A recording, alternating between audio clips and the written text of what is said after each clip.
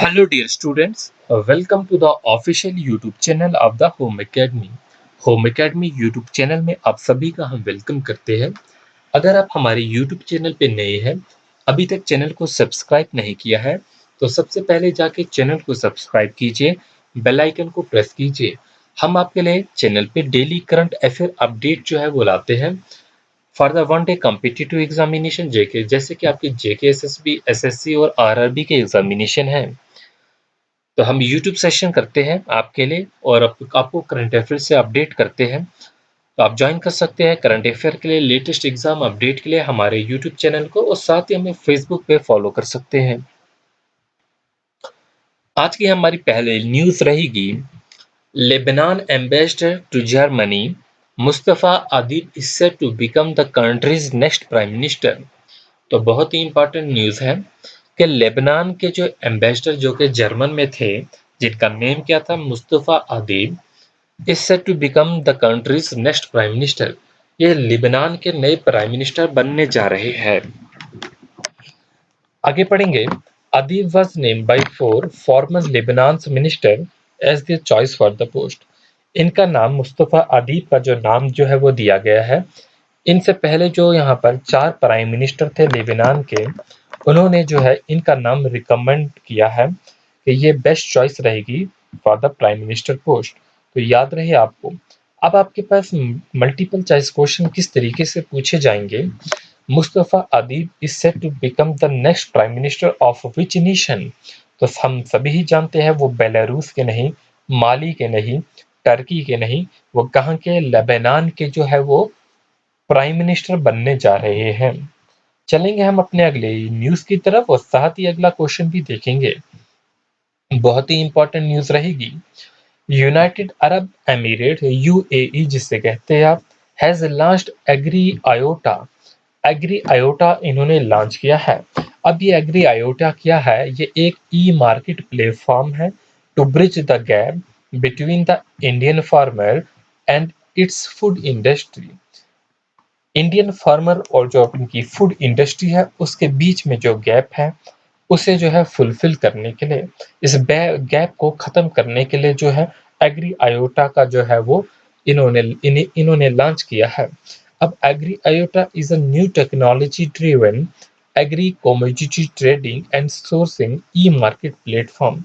ये एक ट्रेडिंग और सोर्सिंग ई मार्केट प्लेटफॉर्म रहेगा, जहां पर जो है इंडियन फार्मर ट्रेड भी कर सकते हैं अपनी चीज़ों की, अपनी फसलों की, और साथ ही में रूरल फार्मर जो भी इंडिया के हैं उनके बीच में जो भी इंटरमीडियरीज आते थे, जैसे कि उन्होंने अपनी फसल बेचनी है तो वो बीच में जो जो लोग आते थे, ठीक है, कंज्यूमर और जो है प्रोड्यूसर के बीच में, तो उन सारों को ख़त्म करने का तरीका रहेगा, क्योंकि यहाँ से जो है वो डायरेक्टली जो है फूड इंडस्ट्री से जो है वो बात करेंगे। तो यहाँ पर याद रहे आपको इम्पोर्टेंट एग्री आयोटा के बारे में। और आपके पास क्वेश्चन भी इसी तरीके से पूछा जाएगा, which nation has launched Agri Iota an e market platform to bridge gap between the Indian farmer and its food industry. तो वो कौन सा नेशन है, ना ही सऊदी अरेबिया, ना ही कतर है, ना ही जर्मन है, तो कौन सा है, यूनाइटेड अरब एमिरेट्स। चलेंगे हम अब अपने अगले क्वेश्चन की तरफ। India set a record for the world's highest single-day spike in the coronavirus cases by reporting 80,092 fresh COVID-19 cases on August 30, 2020। अब सारे ही जानते हैं कि इंडिया ने आज 30 अगस्त के दिन पूरी दुनिया में एक रिकॉर्ड बना दिया है कि सबसे ज़्यादा हाईएस्ट सिंगल डे केसेस जो है यहाँ से रिपोर्ट हुए हैं। कितने केसेस, मोर देन 80,000 केसेस जो है यहाँ से रिपोर्ट हुए हैं। तो डेट याद रखेंगे, 30 अगस्त के दिन ये हुआ है। तो इसी तरीके से इंडिया का जो रैंक है वो फर्स्ट आ रहा है। रैंक तो नहीं कहेंगे बट ये कह सकते हैं कि India become the first country in the world to cross the 80,000 mark in a single day case rise since the outbreak of the कोविड-19 पेंडेमिक। तो इंडिया जो है वो पहली कंट्री बन रहा है, पहला मुल्क बन रहा है जहां पर एक सिंगल डे में 80,000 से ज़्यादा जो है कोरोना वायरस के केसेस जो है आए हैं, जब से पैंडेमिक कोविड-19 जो है वो स्टार्ट हुआ है। और जो वर्स्ट अफेक्टेड नेशन थे जैसे कि यूनाइटेड स्टेट, उनसे भी जो है वो आगे निकल गया है। और इसी के रिलेटेड क्वेश्चन बन सकता है, which nation recorded the world's highest single day spike in corona virus cases on August 30, 2020? तो वो कौन सा नेशन होगा? इंडिया होगा। चलेंगे अगली न्यूज की तरफ और साथ ही देखेंगे नेक्स्ट क्वेश्चन भी। Prime minister Narendra Modi on August 30, 2020 announced that from now on September will be observed as the Nutrition Day। तो याद रखेंगे, प्राइम मिनिस्टर ने जो अपना रेडियो शो करते हैं, अपनी मन की बात सुनाते हैं लोगों को, तो उसमें इन्होंने कहा है कि सितंबर जो मंथ होगा, इसको हम न्यूट्रिशन मंथ जो है वो मनाएंगे। ठीक है, क्या क्या कहा है? सितंबर जो मंथ होगा इसको हम न्यूट्रिशन मंथ जो है वो मनाएंगे। तो यहीं पर जो है ये किस शो में कहा इन्होंने अपनी मन की बात जो लोगों को सुनाते हैं, उसी शो में जो है इन्होंने इस बात को शेयर किया है। He share the information while talking about the importance of following a nutritious diet in his monthly radio program. हर मंथ जो है ये रेडियो प्रोग्राम करते हैं, जिस प्रोग्राम का नाम है मन की बात। तो यहीं पर याद रखेंगे, which month will be observe nutrition month as per the prime minister Narendra Modi. तो कौन सा मंथ होगा? वो सितंबर का मंथ होगा, कि सितंबर का जो मंथ है इसे न्यूट्रिशियस मंथ जो है कहा गया है, और इसे न्यूट्रिशियस मंथ जो है मनाएंगे फ्यूचर में। ठीक है, और आज जो है सितंबर स्टार्ट भी हो गया है।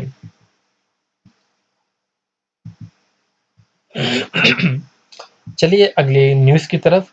India and Russia were announced on August 30, 2020 as the joint winner of fight।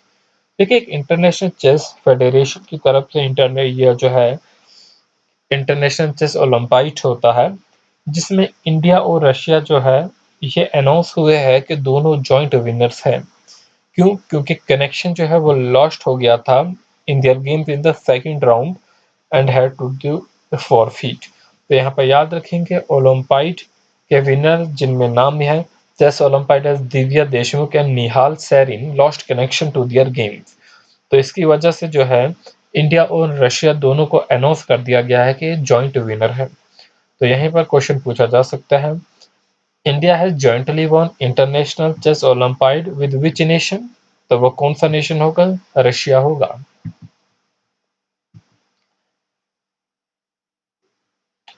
Next news देख लेते हैं। The international schedule commercial flight operation will remain suspended till September 30, 2020 as per the latest order by the Director General of the Civil Aviation।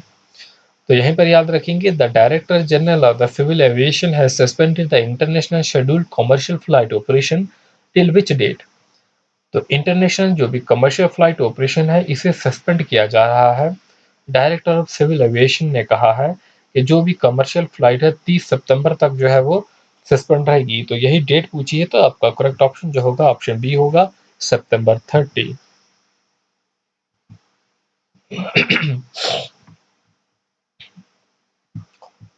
अगली दो news और है। Air India privatisation process to be completed within 2020।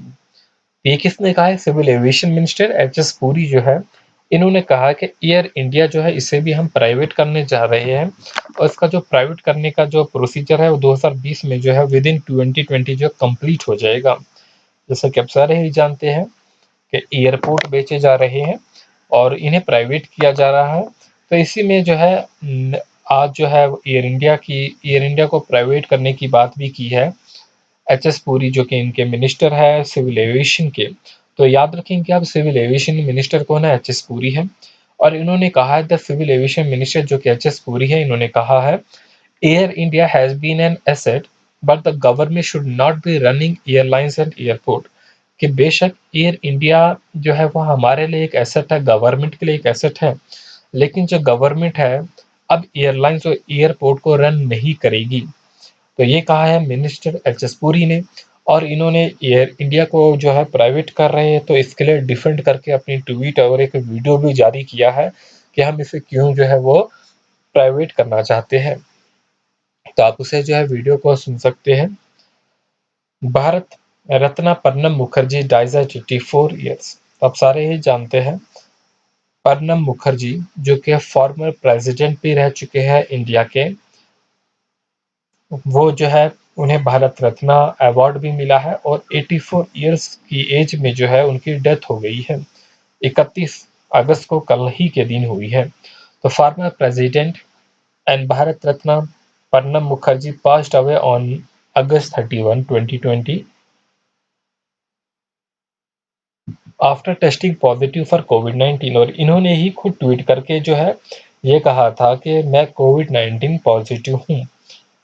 तो उसके लिए जो है ये former president was being treated जो है इन्हें ट्रीट किया जा रहा था at army's research and referral hospital in New Delhi. तो याद रहे आपको प्रणब मुखर्जी जो थे वो इंडिया के फॉर्मर जो है वो प्रेसिडेंट भी थे, जो कि 84 ईयर्स की एज में 31 अगस्त को जो है जिनकी डेथ हुई है।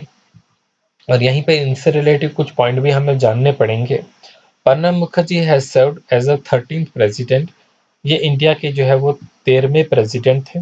याद रखे रहेगा आपको 13 प्रेसिडेंट ऑफ इंडिया कब से कब तक रहे, 2012 से जो है 2017 तक जो है ये 13वें प्रेसिडेंट रहे हैं। Pranab Mukherjee has served as a union minister of finance also. तो ये यूनियन मिनिस्टर ऑफ फाइनेंस भी रह चुके हैं इंडिया में 2009 से लेके 2012 तक, और उनके बाद जो है ये प्रेसिडेंट इलेक्ट होते हैं 2012 में और 2017 तक रहते हैं। He was honoured with the India's highest civilian award. Bharat Ratna भी इन्हें मिला है। तो याद रखेंगे किस साल में मिला है, 2011 में मिला है। और किसके हाथों से मिला है, प्रेसिडेंट रामनाथ कोविंद। चलते हैं अगले क्वेश्चन की तरफ। He was also nominated as a leader of the House of the Rajya Sabha। Leader of the house of the राज्य सभा भी ये रहे हैं 1980 से 85 के बीच में।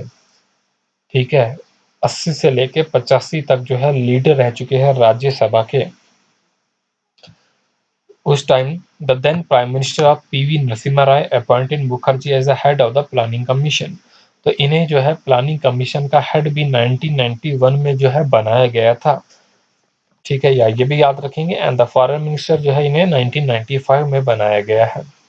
तो ये कुछ पॉइंट थे प्रणब मुखर्जी से रिलेटेड भी।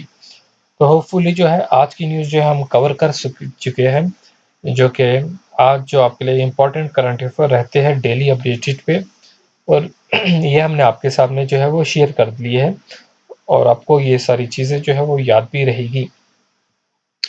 तो उसके अलावा भी आप ये भी जानते हैं कि अभी जो है यहाँ पर मनोज सिन्हा ने जो है एक बुक भी रिलीज़ की थी, जिसका बुक का नेम था कॉफ़ी टेबल्स।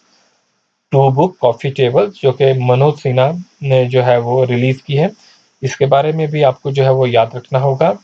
और यहीं पे एक और बात भी आपकी न्यूज़ में थी अभी, आईआईटी इंदौर जो है इन्होंने एक यूनिक करिकुलम जो है वो इंट्रोड्यूस किया है कि वो इम्पार्ट करेंगे scientific knowledge in which language, Sanskrit language में वो साइंटिफिक नॉलेज को जो है वो पहुंचाएंगे लोगों तक। तो किस आईआईटी ने, आईआईटी इंदौर ने जो है वो, ठीक है, तो ये याद रखेंगे आईआईटी इंदौर के बारे में। तो ये कुछ इंपॉर्टेंट न्यूज़ थी। और उसके बाद जो है अपॉइंटमेंट हुई है लोकसभा सेक्रेटरी की, उसके बारे में भी आप जान लेना। ठीक है, उत्पल कुमार सिंह जो है लोकसभा के जो है वो सेक्रेटरी बने हैं। तो ये कुछ न्यूज़ थी, होपफुली जो है वो आपको पसंद आई होगी। तो उम्मीद है कि आप अपने दोस्तों के साथ ज़रूर शेयर करेंगे, चैनल को सब्सक्राइब भी करेंगे, और साथ ही जो है आप अपने फ्रेंड्स को इनवाइट भी करेंगे चैनल पे। Thanks for watching.